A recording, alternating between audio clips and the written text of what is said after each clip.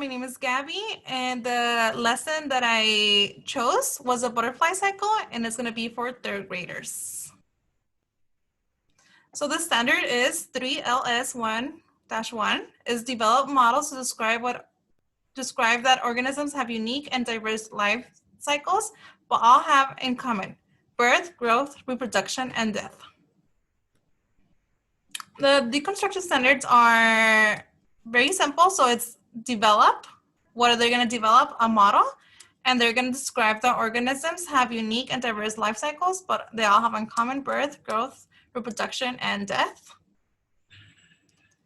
The learning intentions are going to be students will communicate observations orally and writing and through drawings.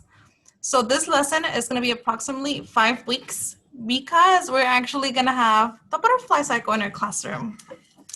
And that's how long it takes to do the whole butterfly cycle. And students will record observations and take data with pictures, numbers, or written statements. And what I plan to do is for each student to have an observation journal, and every day they will have 5 to 10 minutes, go observe and go and write what you just observed.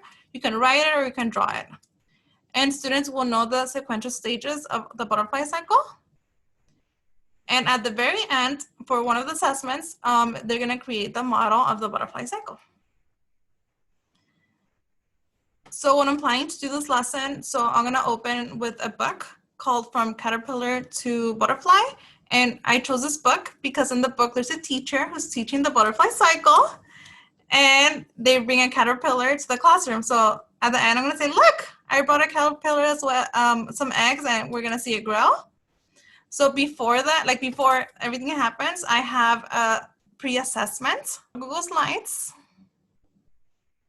And students, if they don't know, they're gonna guess the butterfly cycle. They can move the pictures. They can move also the labels.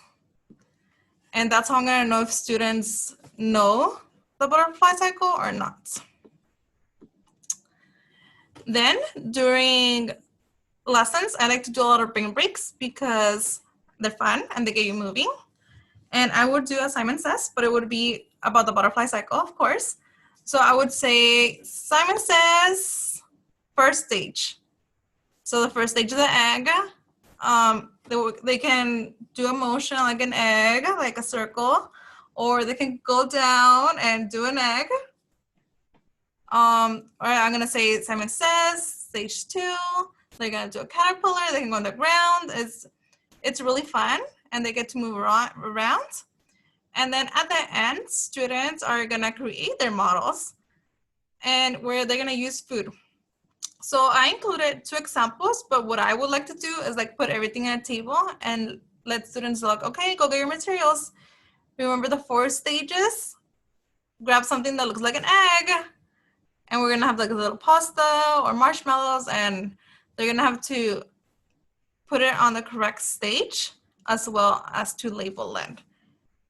And at the very end, I get to see if they understood the material.